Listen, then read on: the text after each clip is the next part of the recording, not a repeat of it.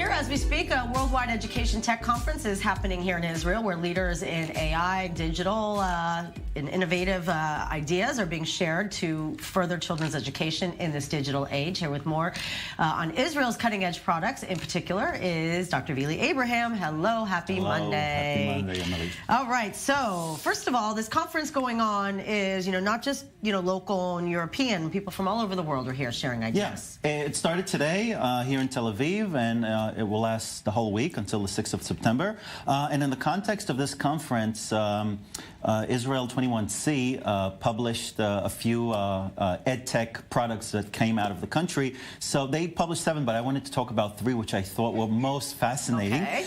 So the first one is called Tiny Tap. It reminds me very much of Kahoot, if you remember, that the game for the students that you can create games. And I didn't have kids yet. Okay, so some of the features of the product, you can download games to play later. You can create and share games. So if you're a teacher, you can create, share. You can follow and be followed by other people. You can create and be followed. The price is about $8, but this is how it works. So first of all, you sign up. You select your role, whether you're a family member, teacher, therapist, student, or someone else. Then you choose the child's age and language. There are also games in Hebrew, which is fantastic for our audience here in Israel. You type in your full name and year of birth, and you select the category. So you can choose from English, math, nature, history, a whole lot of subjects. And then you select the game. So, for example, you have trivia. You even have courses. I had to download this. You're going to take a class. I want to just get another degree while I'm at it.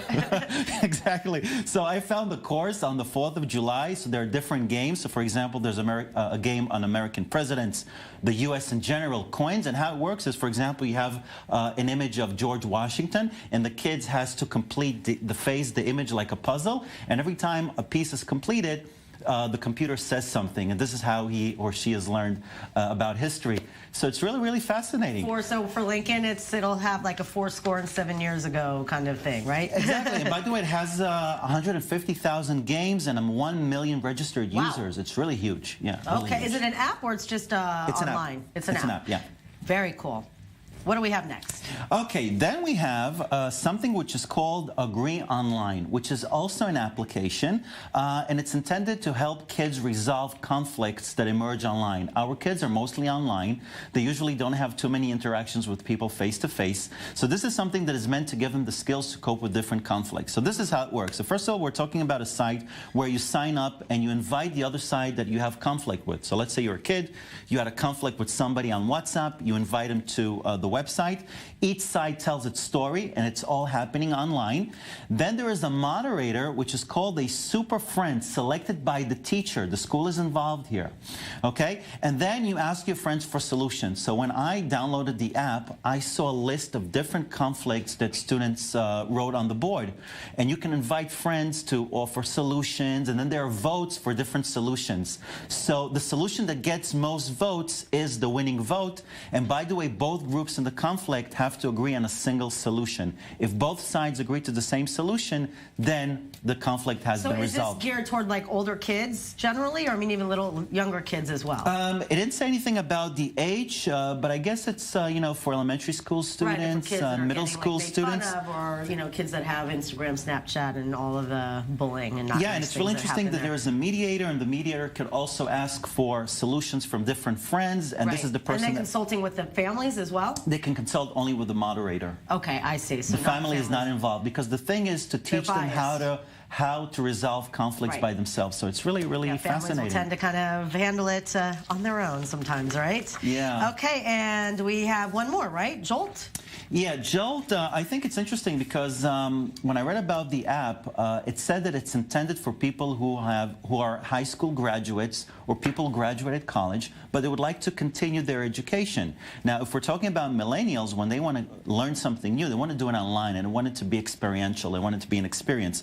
So this app it meets the needs of millennials, and this is how it works. You download the app, you choose a class. It's a virtual class. It's all online. You select your seat around the table.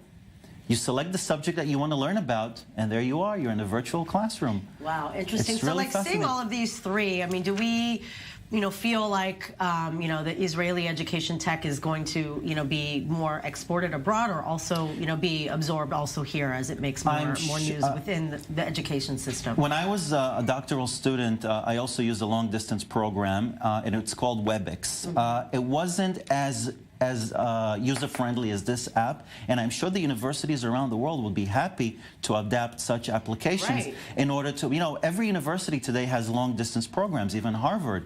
So you can actually have small classes. I think it's of groups of 7 to 10, intimate groups with a teacher, and it's all happening online. You don't have to leave your home, and it makes the education much cheaper. So I think we have a big prospect here. And what about for you? I mean, you have kids older than mine. I mean, how are you seeing the changes just as far as the, different applications, just in the past few years as your kids have gotten a little older? Amazing. It's really great changes. When I saw this application with the tiny tap, I said, I got to download this for my daughter. She could work on her English, which is weak a little bit in English. My son could work on math. And it's also user-friendly. And they can actually use it themselves. That's what I like.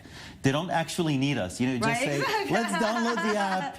Just show them around. And it's not like you're sitting there thinking, okay, I'm just letting my kid play video games all day long. It's too bad we didn't talk about this at the beginning of the summer, and they could have spent the whole summer doing something productive rather than complaining about being bored, right? Exactly.